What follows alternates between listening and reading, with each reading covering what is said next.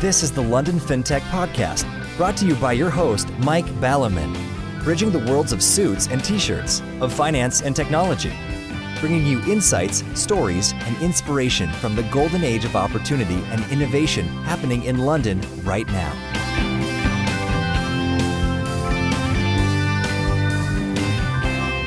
Hi, this is Mike Ballerman, and this is London Fintech Podcast, episode 74, brought to you in association with Smart Pension, Synchron and Archover, and I'm delighted to be joined today by Andy Re, CEO of Digital Partners, a part of Munich Re, one of the world's largest reinsurers. To give you an idea of what that means, Munich Re has around 43,000 employees, 50 billion euros of revenues, and 276 billion euros of assets. Big numbers, eh? Andy was recommended to me by Steve Evans of Artemis.bm, quotes, the longest-running online publication devoted to the convergence of reinsurance and capital markets, which sounds like the kind of thing they look at on Have I Got News For You? He also gets a firm seal of approval from various My FS spies. We'll talk more about Andy's career journey later, but his prior role within Munich Re was as CEO of Munich Re's life businesses in Africa, Asia and UK, and prior to that, 10 years as strategy consultant Oliver Wyman. Now he is, by the looks of things, running an internal startup of 25 people within Munich Re. Why give up all that power and prestige? Why give up the throne? All good questions. But zooming out here, incumbents across FS are taking very different approaches to fintech or digitalisation, use whichever word fits. I'm reminded at this point of PwC, where Jonathan Howe, who in LFP074 gave us an excellent overview of InsureTech. Jonathan, for those of you who don't recall, has over 20 years' experience and leads the UK insurance practice, and fintech is directly included in that domain. Maybe the best answer for incumbents is to give fintech one way or another to your best/most senior folks, rather than indulge in initiative-itis, or what I think of as sticking a barnacle on the outside of the ship. Certainly Andy has been busy. Oddly though, in London, Cincinnati and Palo Alto, what happened to Munich? The thing that strikes me most is they've established partnerships with a number of core insurtechs, none of them tangential, including Bought by Many, stars of LFP027, Blink Innovation, Next Insurance, Simple Insurance, Slice, SoSure, Trov, Risk. But maybe I'm leaping ahead. Maybe like me, you always have to scratch your head about the word reinsurer. Traditionally, insurance, in all its very diverse, speciated forms, is in three layers: brokers, insurers, and reinsurers. Traditionally, you would deal with a broker.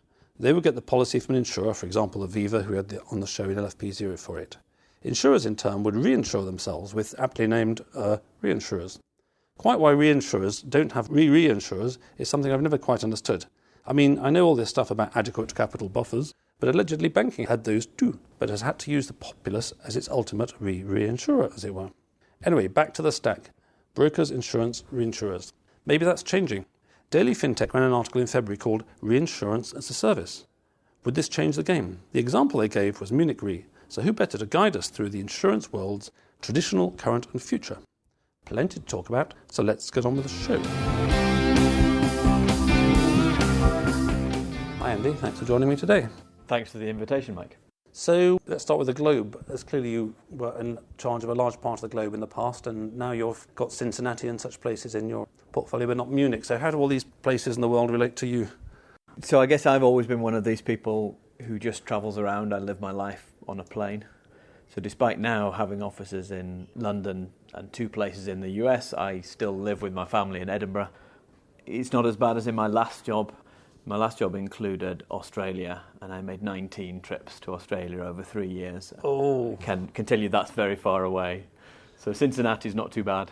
It's funny how these synchronicities work, actually, because I came in with my partner Bridget on the train perchance this morning, and she'd been approached to do some talks in 3 centres in Australia for the government, and then also for the New Zealand government. And she, never having been to Australia, was saying, oh, this is great. I'll go visit Australia and New Zealand. And, I said, how long does it take? Oh, about 10 days or something. I said, do you realise how far it is? And everybody that you speak to who hasn't been to Australia says, yes, I know how far it is. Well, they might in terms of they could get the globe out and point to England and Australia, but actually do it. Yes, you don't know how far it is until you've done a 2-day trip there. Although I've got a friend who's based in Singapore, and he runs an Asian business from Singapore. So his short-haul trips, like my occasional 1-hour trips to Munich, his version of that is an 8-hour overnight flight to Hong Kong, so it could be worse. It's funny, we talk about all these regions and that, and some of them aren't really regions. Again, I've got a buddy in Singapore who's doing some regional marketing job or something in sort of tech, and he had a big business going in South Korea. Well, South Korea is a long, long way from Singapore. It might all be Asia in this word that we use, but actually it's a vast Yes, I've done my time in South Korea as well. So you're pleased to, and your family is pleased to be narrowing you down to sort of a mere 4 places rather than large chunks of the globe. I mean, one of the things talking about tech, we're all very familiar with how tech, quotes unquote, has improved. But one of the things that's been a bit of a disaster is utter failure to improve plane speeds over the last 40 years. I mean, the planes can go further than that. When I first used to go to Tokyo on business in the 80s, I had to fly via Alaska because the plane couldn't flap its wings enough. But actually the speed with which, for the sake of argument, you can get to Thailand is not a lot different from what it was 10, 20, 30, possibly 40 years ago. That's right. And people still claim that they're going to have improvements, but I'm not sure the world really does big engineering anymore. Maybe Elon Musk does, but the rest of us do small tech. Yes. Well, you just give me a new idea, actually, because this sort of Fintech thing sort of gets a bit samey. Maybe I should do sort of plain tech, actually, and create a whole marketplace. And I would actually go down in history, and I'd be able to have a sort of statue of myself on Trafalgar Square if I managed to encourage the world to get planes that fly 10 times as fast. It would actually change everything out of all proportions. So in terms of flying around and then not flying around so much, as I say, half in jest and half in truth, of course, you did have a large senior role with all the sort of the pros and cons that entails, and then you've done somewhat, from the outside, a complete change of form factor at least, and you're now in a T-shirt and you've got a couple of dozen people and you're busy making a large number of things happen very rapidly, which isn't generally the skill set of a sort of big company CEO. So what's that felt like from the inside first, and then we can get to the sort of the outside businessy bit in a minute? It's been great fun. I don't think I am a typical large company CEO. I think to be a large company CEO, you need to be very good at managing things and keeping a steady ship, and that isn't me. I joined Munich Re because there was a specific opportunity to set some businesses right that were struggling in one way or another. So I had 5 fantastic years changing everything. And at the end of that, I sort of sat back and looked at my work, and then I was immediately bored, and I thought I have to do something. And internally in the board in Munich Re, we'd seen the InsureTech wave coming. We thought we needed to be part of that as one of the big global players. I stuck my hand up and said, yeah, I'll do that. I'll build it. So you were the right man for the time. I mean, certainly early in my career, I spent a lot of time doing stuff and then kind of fixed it, worked it out or improved it or whatever was required. And then I had sort of fairly low boredom threshold. I thought, well, okay, now what? I didn't want to sit there turning the handle of the sausage machine, and went on to one thing and another. And it's interesting about Munich Re, who, as I say, from the outside had been mentioned to me by a number of people. And I don't know the reinsurance market. I couldn't really tell you X from Y from Z, but a number of people have really recommended you guys as trailblazing somewhat. Across incumbents over FS as a whole, over the city, reactions do vary. There's a huge spectrum of people, to those who sort of get the fact that, at a minimum, Fintech will change the competitive landscape between incumbents, even if no piddly little ones exist, to other people who think some of the small ones will take over the world. Yeah, there certainly are people who believe that insurance and banking will be the only 2 industries untouched by technology. That just seems incredibly unlikely to me. Yes. I've got a friend who runs a small startup selling JCBs and earth-moving equipment online. I think, if you can sell those big yellow machines online, surely you can sell insurance and banking. Yes. There's something very tangible about a JCB, particularly when it sort of runs over your foot or runs over your garden. So, okay, so that's the sort of the inside thing. And on the outside thing, then we then get into this reinsurance thing. And as this is a kind of reference episode, we haven't touched reinsurance before, and as the knowledge of the listeners about reinsurance will vary from those who have trouble spelling it and remembering what it is to those who are in reinsurance, why don't we just start off as you're the man, with you telling us what historically reinsurance used to be? I mean, I think you gave us the answer in your intro. That was as clear an explanation as I've ever seen. Actually, you do get re-reinsurance. Okay. So traditionally, the way the market worked is you have a broker who looks after the customer, and then you have an insurer, and the insurer is providing all of the customer service and the actual insurance product. And the reinsurer is a wholesale supplier of capital. And the reinsurance market, traditionally, because the risks were larger than any company in a market, you think about the risk of a large earthquake or in the UK a huge flood, those risks were then shared around the market. So any particular big risk, a company like Munich Re will have 20% of it, and the other big reinsurers, Swiss Re, Hanover Re, they will have 20% or 10% of the market. And so everything is then shared.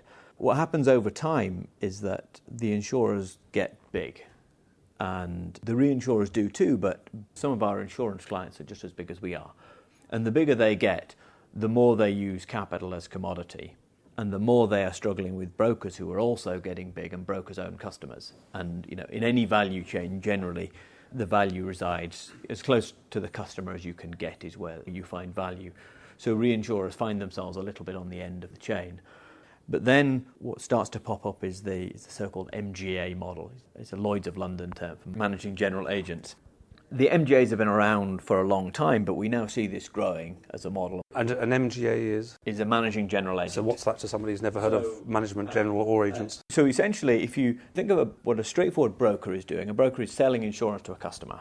But then he's having to go to the insurance company, and the insurance company is doing the underwriting and managing the claims and managing all the customer service. So, for example, car insurance is probably a bad one because I do that online, but back in the day, maybe I had somebody knocked on my door. He was the one that sorted out the car insurance. That's right. So maybe you went to see, when I was a student, I used Ensley. All the students use Ensley. Yes, Ensley are a broker. Yeah. And then Ensley go to an insurance company, and they write to you, and lots of letters pass backwards and forwards. Yeah. So what happens over time is the brokers say, hey, we could control the underwriting and the claims and the customer service ourselves because we'll probably do it better than the insurance companies. So you get the rise of these companies, the MGAs. And in the digital world, this makes perfect sense. If I'm a digital broker and I'm attracting customers, on Google or on social media, then I want to control that whole customer experience. So you want to disintermediate? You want to disintermediate.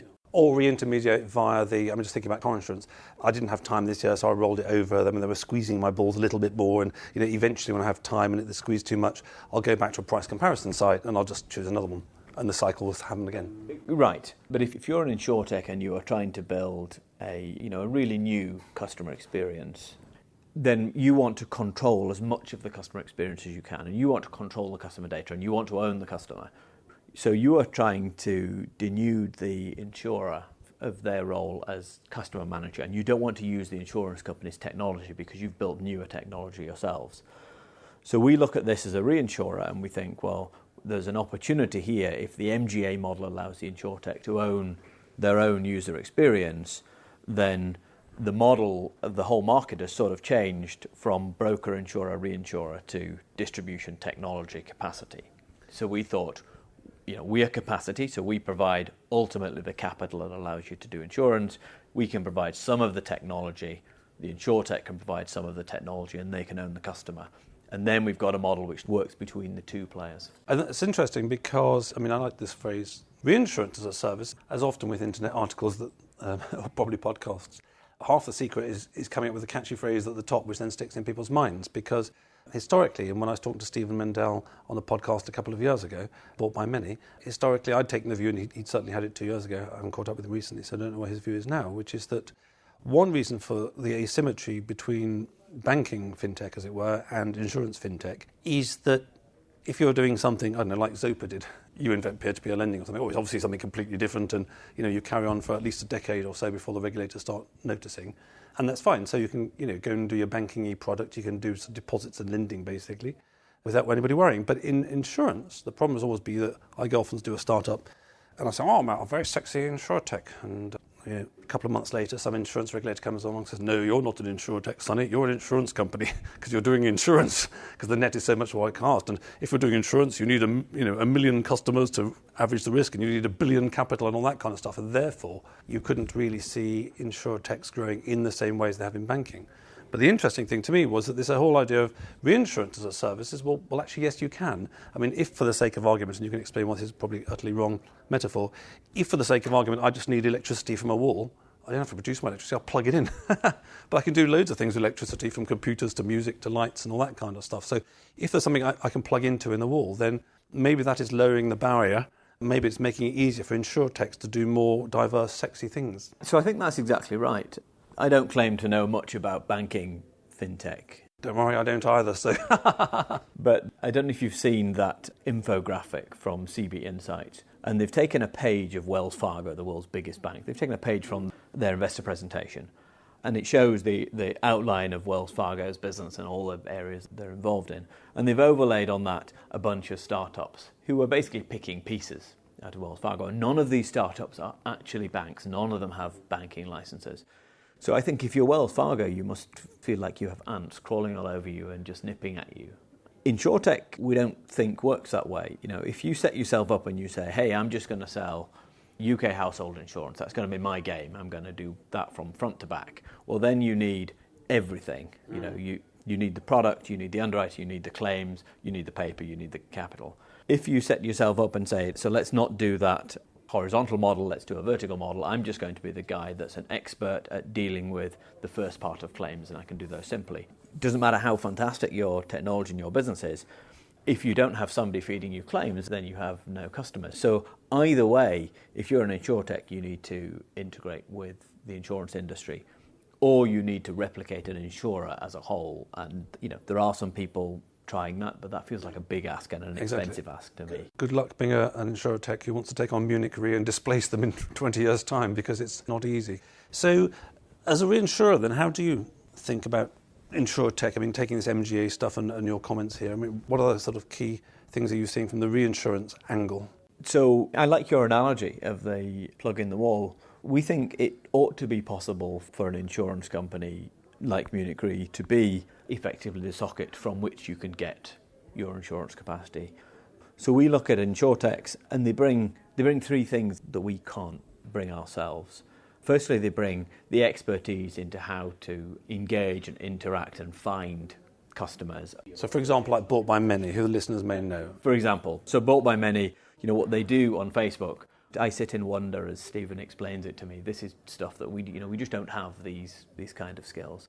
Secondly, they have the ability to build technology that, frankly, we don't. If you're a large insurance company, it's very difficult for you to find the kinds of technology people and keep the kinds of developers that you need to build the kind of front-end technology that a startup has. And thirdly, they have the ability to move very quickly. They're not encumbered like any large corporation is with internal processes. So rather than try and take that on or somehow defend ourselves against it, we thought, why don't we just benefit from them? And we'll do the things that they can't. So we have expertise in product. We have all of the back-end technology that you need to run an insurance company. And then we have all the regulatory permissions, the licenses, and eventually the capital to run the business. So I look at InsureTech and I think InsureTech could revolutionize insurance. I've been in this industry my entire life, and there's lots about it that I don't really like.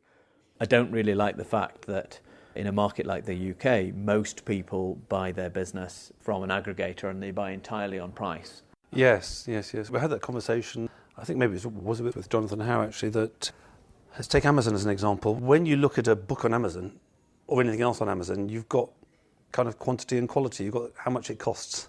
And also you've got 100 users rate this 1 out of 5. I bought something recently, I can't even remember what it was. Battery charger or something, a rechargeable battery charger. And some of them got an appalling rating. Well, I've got an idea of quality, and some of them got an excellent rating. But that hasn't really happened in the insurance market when you see the price comparison sites. My algorithms, I just go down the list. If I'm doing my car insurance, the obvious example because it keeps cropping up. And I go down the list until I sort of see a logo that I vaguely remember and a name that sounds solid and think, okay, that's my quality criteria met. I certainly don't go to the cheapest one I've never heard of. But the way around that presumably is somehow to ensure or introduce some kind of quality measures, or there's all these things on the internet, trust pilots and all that kind of thing. So I think that's right. And the challenge of price-driven competition is that it causes insurers to screw down their policy wording to cover the minimum that they need to cover. Because if you're covering something that nobody else is, and your distribution mechanism doesn't give you a way of highlighting that, then my better featured TV on Amazon is going to sell for more than your cheap TV. In insurance, sometimes we lack the mechanism. I'll give you an example. In the US, we're about to launch with a new home insurance startup. And one of the things I learned about the US home insurance market is you have an add-on coverage, the so-called service line coverage. And this is basically if the water main that runs under your garden bursts, you're liable for this because it's in your garden, and your normal home insurance doesn't cover it. I think surely 999 out of 1,000 customers are going to expect their insurer to pick that up, and yet you have to buy it as a separate policy. So in our model, we said this is absurd. Our product has to have this included because our customers would expect it. And the reason you end up with covers like that being stripped out and then sold on top is because you have this aggressive price-only competition. Price is important, but it's not as important as getting the right coverage and knowing your claims will be looked after and having a good customer experience. Which is what we see in the airline business. I mean, the EasyJets and Ryanairs start off anyway by going on price, and they're all trying to get the lowest price. And then before you know it, you've got to buy a glass of water on it, you've got to buy a kind of Coca-Cola, you've got to buy the lunch, you've got to buy which seat you're sitting at, and then the add-ons. Once you add all the add-ons back, I was thinking about this recently actually, I think pretty much flying around Europe is the same price or more expensive than before all these quote budget airlines unquotes came in. Yeah, so I've never done the maths because the maths is too hard to do. It depends how much the extras you go for, like the food and where you're sitting and all that kind of stuff. But anyway, it's the same point, which is something that's purely driven on price. Will throw anything overboard that possibly could be to strip down the price so the core price is done, at which point then everything needs to be done as an add-on. And I would also suspect that in insurance then things like the claims cycle has got to be strung out and all that kind of thing. And as it going back to airlines in America, as I say, in America, I've read Americans who commute around on airplanes all the time. American airlines offer the worst possible service they can as long as you come back next time. Yes. So they're not gilding the lily up front. So going back to the original point, which is that you had a assumed large desk in a large office, and now you've got a smaller desk in a smaller office, as it were, and incumbents can react many ways, as you will have heard a million times from all your friends in the InsureTech community, and as I think I saw you writing about on LinkedIn just before Christmas. One thing that can actually kill startups completely is trying to deal with a big company. Because while they're going backwards and forwards and having more meetings, the company's run out of money and it's gone bust and that kind of stuff. So obviously Munich Re, when it was thinking about this, decided that actually rather than just trying to interface as an organisation with 43,000 employees with organisations who've got 4.3 employees and hoping they stay alive, they were going to create digital partners.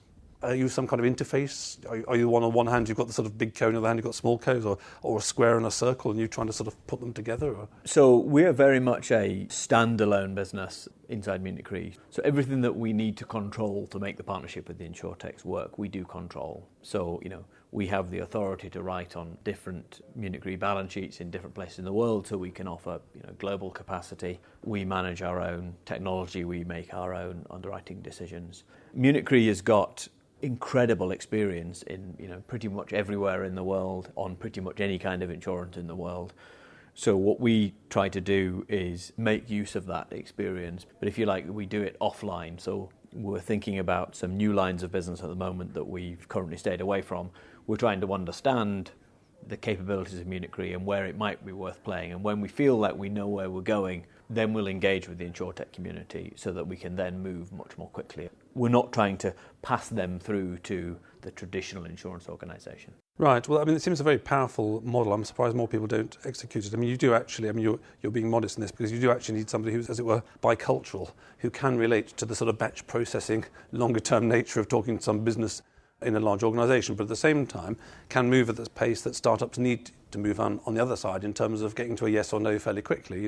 Are we going to go dating and dancing, yes or no? It would actually be quite good and they can move on. So how do you think that the reinsurer's role more generally as an InsureTech partner conflicts with sort of traditional clients, insurance companies in the middle between reinsurers and brokers?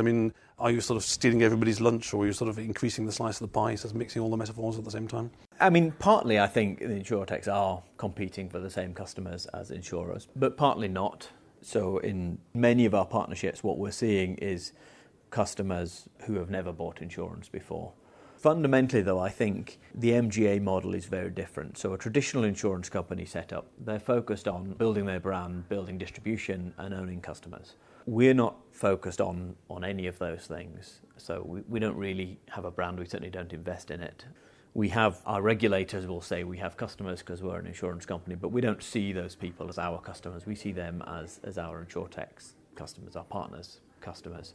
We see ourselves really as a wholesale insurer. And wholesale insurance, if you go right back 100 years to the start of reinsurance, then wholesale insurance was really the model of insurance. So in that sense, we're not that different to a traditional reinsurer, just updated a bit. Okay, so in terms of not much difference, just updated a bit, where do you think it's all going? Because one reads all sorts of hype and sci-fi basically in extremis in technical press about where this is all going. You guys are clearly grounded in terms of having done a lot of deals here and now. What do you think that sort of in between being sort of sexy and amazing, but actually, no, people aren't going to be living on Mars by Christmas, but at the same time not too prosaic and dull. What's interesting for you? Yeah, I mean, some of this is really not rocket science. I was at a conference with one of our partners who we're launching within a couple of weeks, and he described their mission as just trying to make insurance like the rest of the internet, which I quite like. Memorable, isn't it? Yeah, you think about how you buy everything else. You know, you buy online. As you said, you buy on places like Amazon through the experience of other users, so why can't we do the same thing? And almost all the time, you buy using data that already exists about you. You know, I hate going to those e-commerce shops where they ask you to put in your name and address and payments details. Yeah. I would click out. Find me one where I can just click through PayPal and I can log in through Facebook. So why can't we do the same in insurance? There should be no reason. And that's, frankly, is most of our focus at the moment. We're also interested in the stuff that's further out, because the one thing we're learning in the modern world is that further out is not very far out. History goes faster these days. Yeah, so we're interested in autonomous vehicles, for example. That's a huge challenge for us. We're interested in the Internet of Things. In digital partners, we're working on connected home. Other parts of Munich Re are working on industrial IoT. We're working with our partner Slice on the sharing economy. If you rent out your house on Airbnb, you're creating a whole new set of risks that the insurance industry hasn't previously covered. So we built a product to cover that, and Slice have built the technology and the customer acquisition methods to bring that product to the market. Well, that leads quite naturally, via a minor pause, into where you see digital partners going in the future. I mean, I buy the model, and everything you say sort of flows very logically. I mean, just on this MGA thing, it's still sort of stuck in my head, because it's sort of, I don't know, because I'm old and I learned very slowly, but are there any examples of MGA that I or the listeners may have heard of? I've heard of Amazon and Facebook.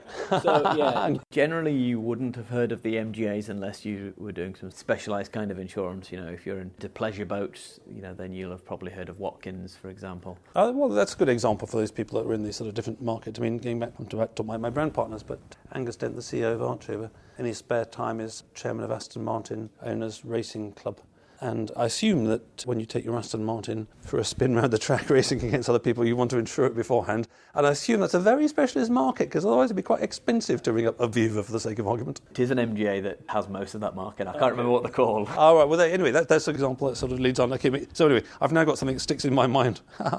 Before we move on to digital partners, where you're going and what the future is for you guys, I mean, we haven't touched very much, but you've done a hell of a lot in a very short term, as I alluded to in the introduction. But before, I'd like to thank all the listeners out there. As always, I'll probably unlikely to meet all the thousands and thousands of you, but I very much appreciate you. It would be certainly a waste of my guest time talking just to me.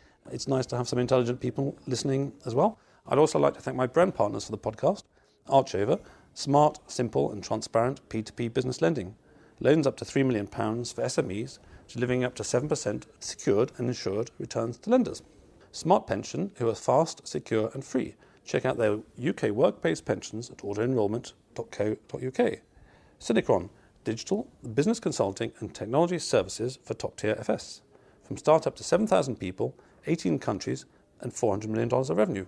So, coming on to digital partners, Andy, what would you like to tell the listeners that hasn't sort of oozed out in the meantime? And we've spoken a little bit about, you know, where you've been, where you are, but we haven't touched on where you're going and also kind of what you need. There's a lot of listeners out there. Maybe some of them have got what you need. So what's the digital partners proposition? Maybe I should start there. We offer really four things. We offer global capacity, so we can be an insurer in multiple markets. We offer product design, data analytics, underwriting, and an explicit willingness to experiment with new products. We offer venture capital investment, and we offer technology. And on the technology side, we start from the back and our partners start from the front. So they focus on the customer proposition and building the website and so on. We start from the really boring stuff at the back, like technical accounting, through to claims and underwriting. And we meet somewhere in the middle. And our model is designed that we can meet anywhere. So the partner can choose how much technology they build and how much we build. We're currently working in the US and in a couple of European countries. We're looking at Asia. That's maybe a next year thing rather than a this year thing. What are we looking for? At the moment, we are focused only on the front end, on distribution. So we're looking for InsureTechs who have a proposition they want to bring to market and a distribution method to bring to the market. Almost any line of business we're comfortable writing. In the future, let's say 2 or 3 years out, we'll start thinking about the claim side. At the moment, we don't have a big enough book of business to make it worth our while focusing on the claim side, but we're certainly interested in what's going on that side too. Excellent. Well, that's been a sort of very succinct and very clear run-through of it all, and it is interesting to hear how traditional models, which may have been recognised a century or even in some cases 2 centuries ago, are starting to change at the moment, and not all individuals and all incumbents actually appreciate that a lot of what's going on now is actually quite fundamental. It's not peripheral, it's not something outside the city, it's not something a bit weird, it's increasingly something about changing the nature how FS is working, from payments through to open banking, through to reinsurance, through to investment management, as we heard on the last podcast. I was extremely impressed, not just by the number of people who speak highly of what you have done and what you are doing, Andrew, but also the number of deals you're doing and the sort of clarity with which you approach this subject. So thank you very much for your time, and I wish you every success in the future. Thank you very much, Mike.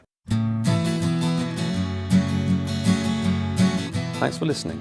If you have consulting, advisory/non-exec or media needs in the FS or fintech space, get in touch with me at mike@londonfintechpodcast.com.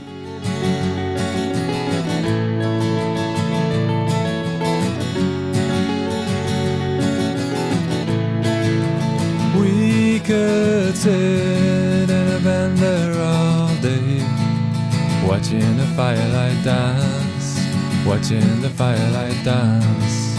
We could walk in the mountains before dawn, watching a happy moonrise, watching a happy moonrise.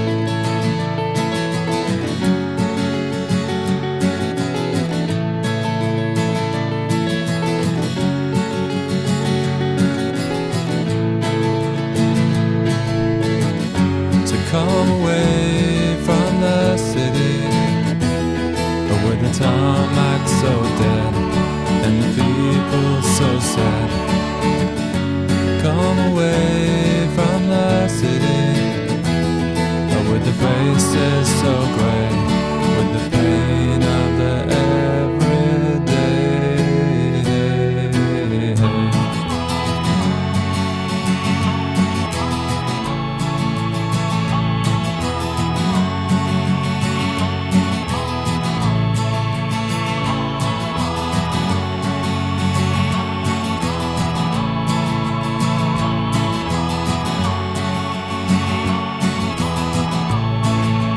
We are wild like the mountains and the trees.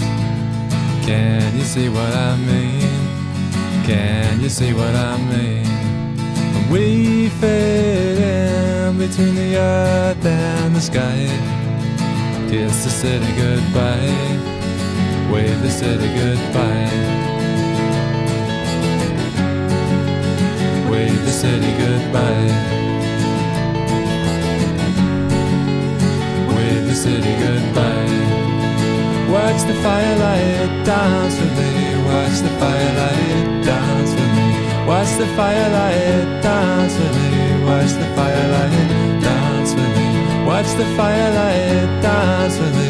Watch the firelight dance with me. Watch the firelight